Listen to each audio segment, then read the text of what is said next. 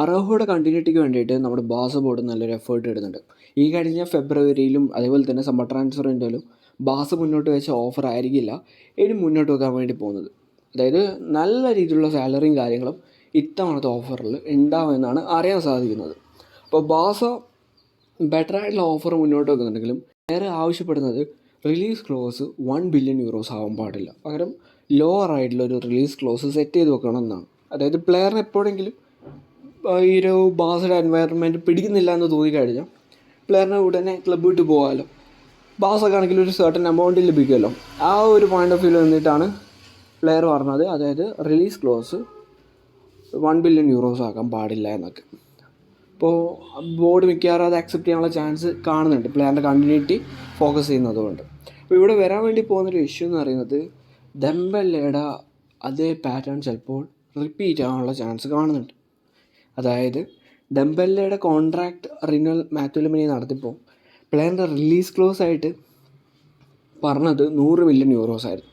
പക്ഷേ ഈ ഒരു സമ്മർ ട്രാൻസ്ഫർ വിൻഡോയിൽ മാത്രം അത് 50 മില്യൺ യൂറോസ് ആയിട്ട് ചുരുങ്ങും എന്നൊക്കെ പറഞ്ഞിട്ടുള്ള ഒരു ക്ലോസ് ഉൾപ്പെടുത്തിയിട്ടുണ്ടായിരുന്നു. അതുമാത്രമല്ല, ആ ഒരു ക്ലോസ് ട്രിഗർ ചെയ്യുമ്പോൾ 50% എമൗണ്ട് മാത്രമേ ബാസക്ക്, ബാക്കി 50% ഏജൻറ്റിന് പോകുമെന്ന് പറഞ്ഞിട്ടുള്ള ഒരു ക്ലോസൊക്കെ ഉൾപ്പെടുത്തിയിട്ടുണ്ടായിരുന്നു. അതൊക്കെ ലേറ്ററായിട്ടാണ് റിവീൽ ആവുന്നത്. ആ ഒരു പാറ്റേൺ ആണ് ഇവിടെ പിടിക്കുന്നതെങ്കിൽ പണി പാളും. ബാസക്ക് ഉദ്ദേശിച്ച പ്രോഫിറ്റും ഉണ്ടാവില്ല, ബാസക്ക് ആണെങ്കിൽ ഈ ഒരു പ്ലെയറെ നഷ്ടപ്പെടുകയും ചെയ്യും. അപ്പോൾ ഈ ഒരു പാറ്റേൺ അറോഹോ പിടിക്കുന്നുണ്ടെങ്കിൽ കോൺട്രാക്ട് റിന്യൂവൽ നടത്തുന്നതിനേക്കാളും നല്ലത് ഈ വരുന്ന സമ്മറിൽ നല്ലൊരു തുകയൊക്കെ പ്ലെയറെ സെല്ല് ചെയ്യുന്നതാണ്. ഇനി അങ്ങനെയല്ല, പ്ലെയർ പറയുന്നു 100 മില്യൺ യൂറോസിൻ്റെ റിലീസ് ക്ലോസ് മാത്രം മതി, പ്രോഫിറ്റൊക്കെ ബാസക്ക് ലഭിക്കട്ടെ എന്ന രീതിയിലാണെങ്കിൽ പ്ലെയറിൻ്റെ കോൺട്രാക്ട് റിന്യൂവൽ നടത്തിക്കോ, അത്രേ എനിക്ക് പറയാനുള്ളൂ. പിന്നെ ഇപ്പോൾ വരുന്ന വേറൊരു റൂമർ എന്ന് പറയുന്നത് ഇപ്പോഴും യുവൻറ്റസ് അറോഹോനെ സ്വന്തമാക്കാൻ വേണ്ടിയിട്ട് ഇൻട്രസ്റ്റ് കാണിക്കുന്നു എന്നാണ്. അപ്പോൾ 70 മില്യൺ യൂറോസിൻ്റെ ഓഫറായിട്ടൊക്കെ വരുമെന്നൊക്കെ പറയുന്നുണ്ട്. അപ്പോൾ ഇപ്പോഴും യുവൻറ്റസ് ഈ ഒരു പ്ലെയറിൽ ഇൻട്രസ്റ്റഡ് ആണെന്ന് വ്യക്തമായിട്ടുണ്ട്. അപ്പോൾ ചിലപ്പോൾ പ്ലെയർ വീണ്ടും ഒരു യൂ ടേൺ എടുക്കാനുള്ള ചാൻസ് ഒക്കെ കാണുന്നുണ്ട്. അതായത് യുവൻറ്റസിൻ്റെ ഭാഗത്ത് നിന്ന് ബെറ്റർ ആയിട്ടുള്ളൊരു ഓഫർ ബാസക്ക് ലഭിക്കുകയും അതേപോലെ തന്നെ ബെറ്റർ ആയിട്ടുള്ളൊരു സാലറി പ്ലെയറിന് നൽകാമെന്നൊക്കെ പറയുകയാണെങ്കിൽ, അതായത് ബാസ കൊടുക്കുന്നതിനേക്കാളും ബെറ്റർ ആയിട്ടുള്ള സാലറി കൊടുക്കാമെന്ന് പറയുകയാണെങ്കിൽ പ്ലെയർ ചിലപ്പോൾ വീണ്ടും ഒരു യൂ ടേൺ എടുക്കാനുള്ള ചാൻസ് ഉണ്ട്. അതായത് യുവൻറ്റസ് ഓഫറിലേക്ക് വീണ്ടും പോകാനുള്ള ചാൻസ് ഉണ്ട്. അപ്പോൾ ഡെക്കോ എത്രയും പെട്ടെന്ന് ഈ ഒരു ഡീല് ഫൈനലൈസ് ചെയ്യുകയാണെങ്കിൽ പ്ലെയറിൻ്റെ കണ്ടിന്യൂറ്റി നടക്കും. ഈ പെട്ടെന്ന് ഫൈനലൈസ് ചെയ്യുന്നില്ല, നെഗോസിയേഷൻ കുറച്ചുകൂടി ലെങ്തി ആണെങ്കിൽ മിക്കവാറും പ്ലെയർ യുവൻറ്റസിലേക്ക് പോകാനുള്ള ചാൻസ് ഉണ്ട്. അപ്പോൾ എങ്ങനെയായിരിക്കും റിയാലിറ്റി എന്നതെല്ലാം വരും ദിവസങ്ങളിൽ കണ്ടു തന്നെ അറിയാം. എന്തായാലും ജോൺ ലപ്പോർട്ട മാക്സിമം എഫേർട്ട് ഇടും ഈ ഒരു പ്ലെയറിൻ്റെ കണ്ടിന്യൂറ്റിക്ക് വേണ്ടിയിട്ട്. പക്ഷേ അത് നടക്കണമെങ്കിൽ പ്ലെയറിൻ്റെ ഡിമാൻഡ്സ് കുറേ അപ്രൂവ് ചെയ്യേണ്ടി വരും, അത്ര തന്നെ, വേറെ ഒന്നുമില്ല. നമുക്ക് നോക്കാം എന്തായിരിക്കും റിയാലിറ്റി എന്ന്. എന്തായാലും വിൻ്റർ ട്രാൻസ്ഫറിൻ്റെ എന്താകുന്നത് വരെ അറോഹോ സാഗ ഉണ്ടാവും. ഇനി പറയാനുള്ളത് ഈ ഒരു അഞ്ചു ഫാറ്റിയെക്കുറിച്ചാണ്. അപ്പോൾ അഞ്ചു ഫാറ്റി എന്ന് പറയുന്ന താരം ഇപ്പോൾ കഴിഞ്ഞ 3 ബാസ മാച്ചിൽ പങ്കെടുത്തിട്ടില്ല. സ്ക്വാഡിലെ ഈ ഒരു ഹാൻസ് ഫ്ലിക്ക് ഉൾപ്പെടുത്തിയിട്ടില്ല. പ്ലെയറിന് ഇഞ്ചറി ഇഷ്യൂസോ കാര്യങ്ങളൊന്നുമില്ല. ട്രെയിനിങ് സെഷനിൽ ബെസ്റ്റായിട്ട് പെർഫോം ചെയ്യാത്തതിൻ്റെ പേരിലാണ് പ്ലെയറിനെ സ്ക്വാഡിൽ നിന്ന് തന്നെ പുറത്താക്കുന്നത്. ശരിക്കും പറഞ്ഞു കഴിഞ്ഞാൽ ഈ കഴിഞ്ഞ സമ്മറിൽ മികച്ച രീതിയിൽ പെർഫോം ചെയ്തൊരു പ്ലെയറായിരുന്നു അഞ്ചു ഫാറ്റി.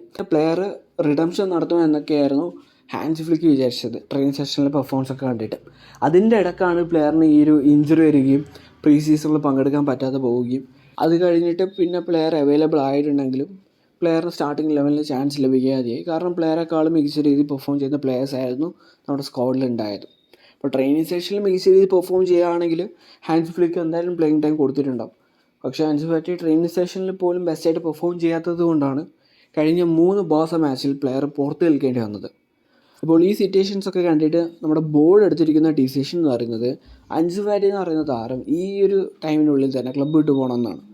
അതായത് പെർമനൻ്റ് ആയിട്ട് ക്ലബ്ബ് വിട്ട് പോകാനാണ് നമ്മുടെ ബോർഡ് ആവശ്യപ്പെടുന്നത്. പക്ഷേ സെവിയ മൂവ് നടക്കത്തില്ല എന്നും പറഞ്ഞിട്ടുണ്ട്.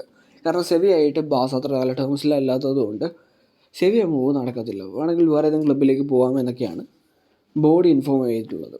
പക്ഷേ അഞ്ചു ഫാറ്റിയുടെ ഫാദർ ബോറി ഫാറ്റിയുടെ ആഗ്രഹം എന്ന് പറയുന്നത് സെവിയ മൂവാണ്. പക്ഷെ അത് ഇനി നടക്കും തോന്നുന്നില്ല. അപ്പോൾ നിലവിലുള്ള സിനാരിയോയിൽ അഞ്ചു ഫാറ്റിക്ക് ആണെങ്കിൽ ബാസെ കണ്ടിന്യൂ ചെയ്ത് സക്സസ്ഫുൾ ആണെന്ന് ആഗ്രഹമുണ്ട്.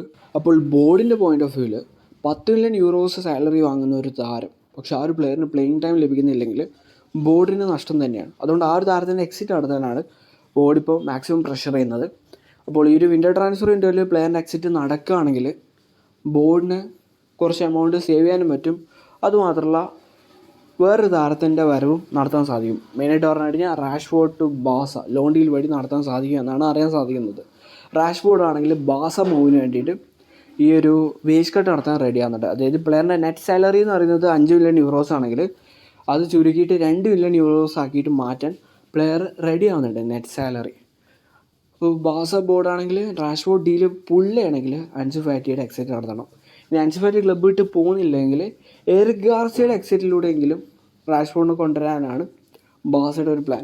എറിക് ഗാർസിയ സ്വന്തമാക്കാൻ വേണ്ടിയിട്ട് ജിറോണ ഇൻട്രസ്റ്റഡ് ആണ്, അതേപോലെ തന്നെ റയൽ സോസിഡാഡ് ഇൻട്രസ്റ്റഡ് ആണ്. പക്ഷേ ബാസ മുന്നോട്ട് വെക്കുന്ന ഒരു ഓഫർ എന്ന് പറയുന്നത് 25 മില്യൺ യൂറോസ് ആണ്. അപ്പോൾ ജിറോണക്കാണെങ്കിൽ ആ ഒരു എമൗണ്ട് കൊടുക്കാൻ സാധിക്കത്തില്ല, പക്ഷേ റയൽ സോസിഡാഡിന് പറ്റുമെന്നൊക്കെയാണ് അറിയാൻ സാധിക്കുന്നത്. അപ്പോൾ ചിലപ്പോൾ ഈ ഒരു താരം റയൽ സോസിഡാഡിലേക്ക് പോകാനുള്ള ചാൻസ് ഉണ്ട്. അങ്ങനെയാണെങ്കിൽ നമുക്ക് കൂളായിട്ട് റാഷ്ഫോർഡിനെ ലോൺ ഡീൽ വഴി കൊണ്ടുവരാൻ പറ്റും എന്നൊക്കെയാണ് അറിയാൻ സാധിക്കുന്നത്. എന്തായാലും ഇപ്പോൾ വരുന്ന വേറൊരു റൂമർ എന്ന് പറയുന്നത് ഫാബ്രിഗാസിൻ്റെ ക്ലബ്ബായിട്ടുള്ള കോമോ ഇപ്പോൾ അൻസു ഫാറ്റിനെയും എറിക് ഗാർസിയയും സ്വന്തമാക്കാൻ ഇൻട്രസ്റ്റ് കാണിക്കുന്നുണ്ട് എന്നാണ് അറിയാൻ സാധിക്കുന്നത്.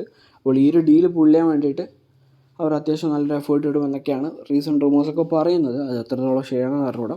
എന്തായാലും ഇങ്ങനെയൊക്കെയാണ് കാര്യങ്ങളുള്ളത്.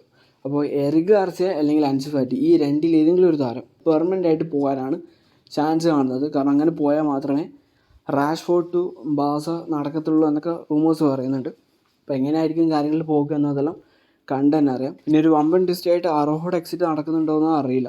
എന്തായാലും ശരി, ഈ ഒരു വിൻഡോ ട്രാൻസ്ഫർ വിൻഡോയിൽ ഏതെങ്കിലും ഒരു പ്ലെയറിൻ്റെ എക്സിറ്റ് നടന്നാൽ മാത്രമേ റാഷ്ഫോർഡ് ടു ബാസ നടക്കത്തുള്ളൂ എന്നാണ് റീസെൻറ്റ് റിപ്പോർട്ട്സ് പറയുന്നത്. എങ്ങനെയായിരിക്കും കാര്യങ്ങൾ പോകുന്നതെല്ലാം നമുക്ക് നോക്കാം.